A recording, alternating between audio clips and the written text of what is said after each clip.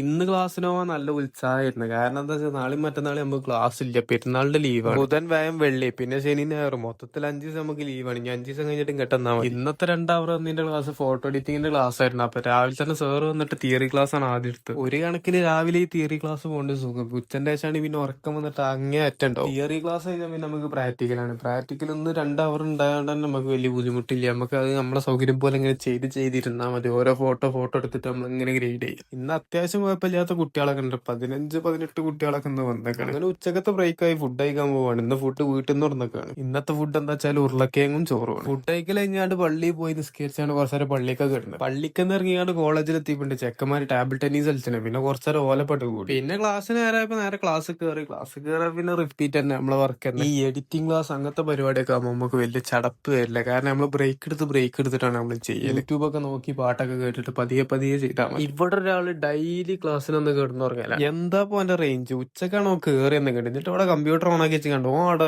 കിടന്നുറങ്ങിയിരിക്കും. 4:30 ആയപ്പോ ക്ലാസ് കഴിഞ്ഞ് ഇനിയിപ്പോ നേരെ പെരീക്ക്. അപ്പൊ എന്നത്ര തന്നെ ബാക്കി പിന്നെ